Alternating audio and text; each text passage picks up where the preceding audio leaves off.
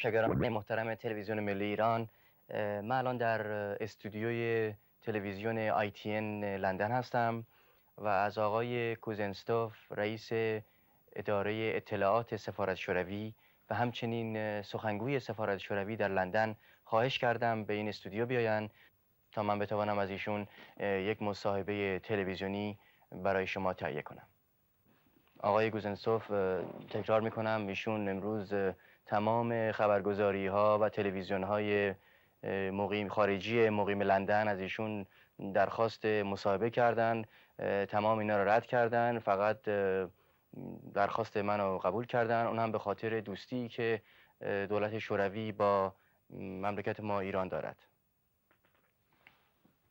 Mr. Kuznetsov, I know you're the most wanted, or shall I say the most hunted man in London today. All the news media would like to get a hold of you so they could have a television or a personal interview with you. So I should say it's an honor for Iran National Radio and Television to allow me to have this exclusive interview with you. Mr. Kuznetsov, how valid are the British government's accusations? Well, I would answer very briefly by quoting the statement of the Ministry of Foreign Affairs of the Soviet Union, which flatly rejects the allegations that members of the staff of Soviet institutions in Britain engage in activities constituting a threat to security of Britain and unfounded and fabricated with obviously provocative aims hostile to the Soviet Union. You see, I am on the list of those who are being expelled and who are labeled as engaged in inadmissible activities. When I heard that, I was outraged, I was angry, I was indignant, and I was awfully sad because this is just a stupid accusation, I would say. See, what activities were you personally involved in that accusation, as the British government puts it in, that prompted the British government to expel you from Britain? Well, you see, I've been connected with Britain for the good part of my life. I came here as a young interpreter in 1954, and since then I've been in and out of Britain for many times and had been working here. And I would say I loved, and I do love London. I do like Britain. And all I was trying to do is to, when the Russians were coming here, to familiarize them with London, for instance, to take them around London, to take them places of interest, to explain them how British live, to show most interesting places in London, and the people are always thankful for that. And as far as my job here is concerned, as the head of information section of the Soviet Union, I was trying to familiarize British people with what is going in the Soviet Union, because I do believe, and I deeply believe in that the more we know about each other, the better. Because if you know people, then you can trust people. And this is the only activities that I was engaged in. If you find yourself innocent of these accusations, then why did the British government make such a scandal out of these issues? Well, I said I am innocent of any of these stupid accusations. And I would say that anybody who would publicly tell me that I'm engaged in espionage activities, I would tell him that he's a dirty liar and nothing else. Or I might use even stronger terms. I know English good enough for that. But I think, and well, I'm positive that all this hullabaloo is needed for the British government because I'm afraid it's slipping out of the rank of great powers. You see, behavior like that, the diplomacy of gangsterism, is more common to, well, without any meaning of any offense to some Latin American countries, but to some Latin American countries, especially in the past, with their guerrillas and all the rest of it.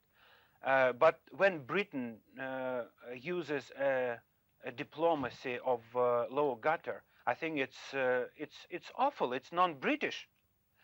And why I think they're doing it is they feel very insecure in many political aspects.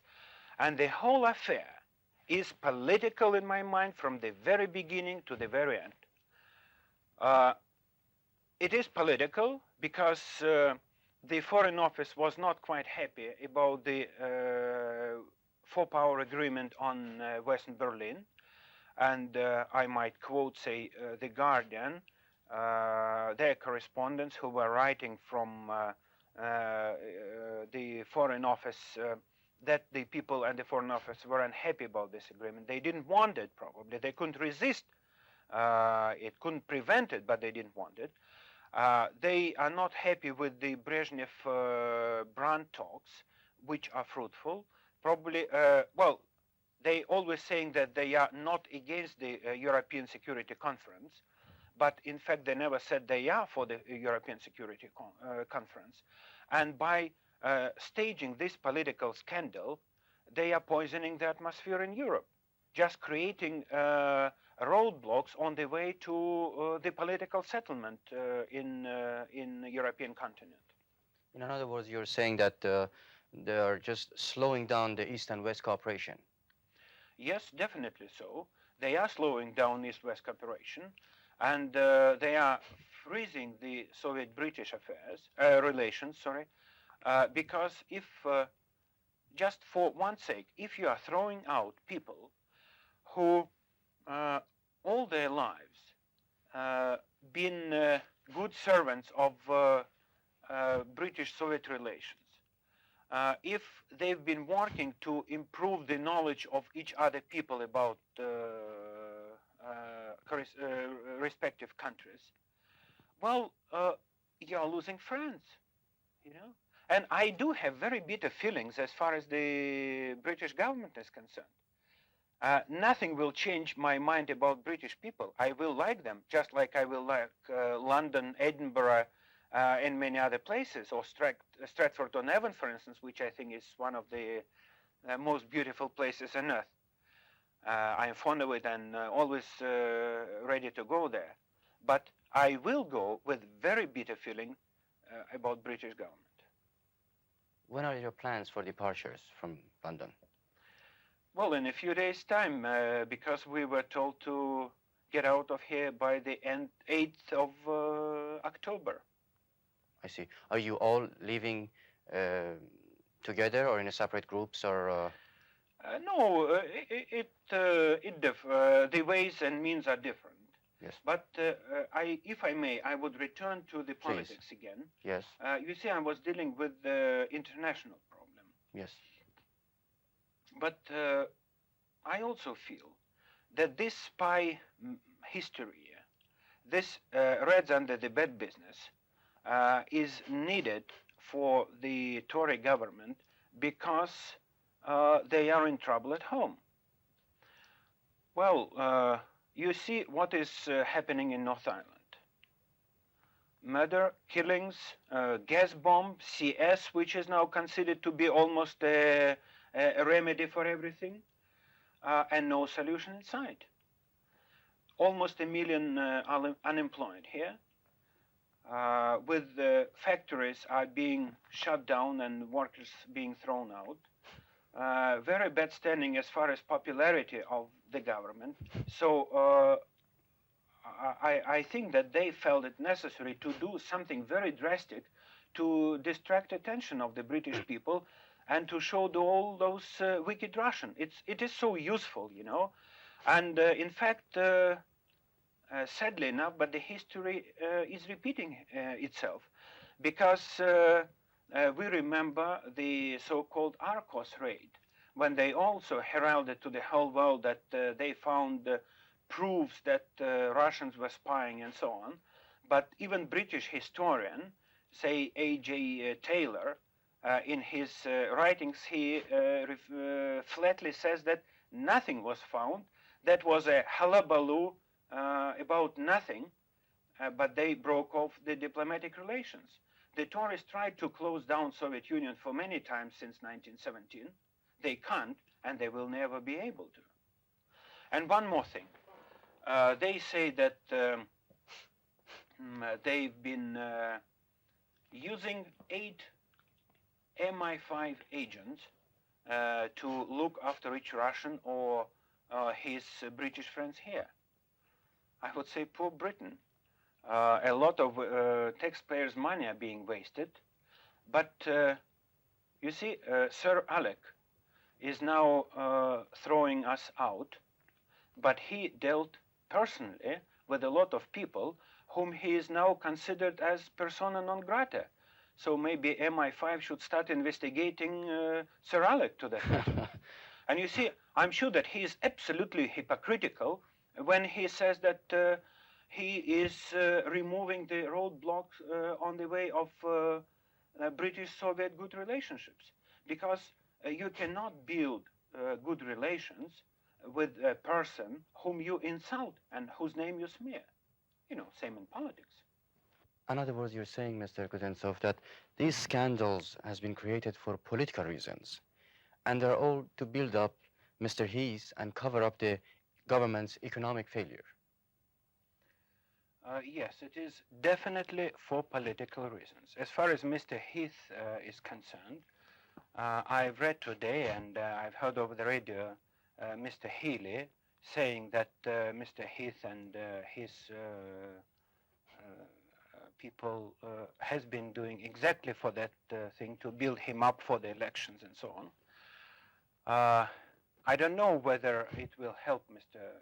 Heath or not. You see, I do not want to interfere into British affairs, even in the interview, but I want to answer this thing. Never anti-Sovietism brought fruits. You see, anybody who is indulged in the anti-Sovietism, in the political campaign into the Soviet Union now, he might have some tactical advantages for very short period of time. But strategically, he will lose. Because nothing is possible nowadays in the world politics without the Soviet Union. And Mr. Heath might try to do something, or Sir Alec Douglas Hume to that matter. They might try to freeze the relations between our country and spoil the atmosphere in Europe, but I'm sure that the progress cannot be stopped.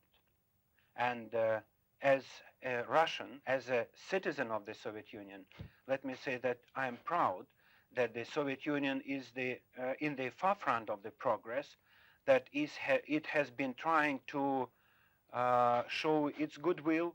It has been trying to press for disarmament, for negotiations, for political negotiations, and I'm sure that my country provided many proofs of the goodwill of the Soviet Union. Thank you very much. Thank you. Thank you very much, Mr. Kuznetsov, for coming into the studio and allowing me to have this personal interview.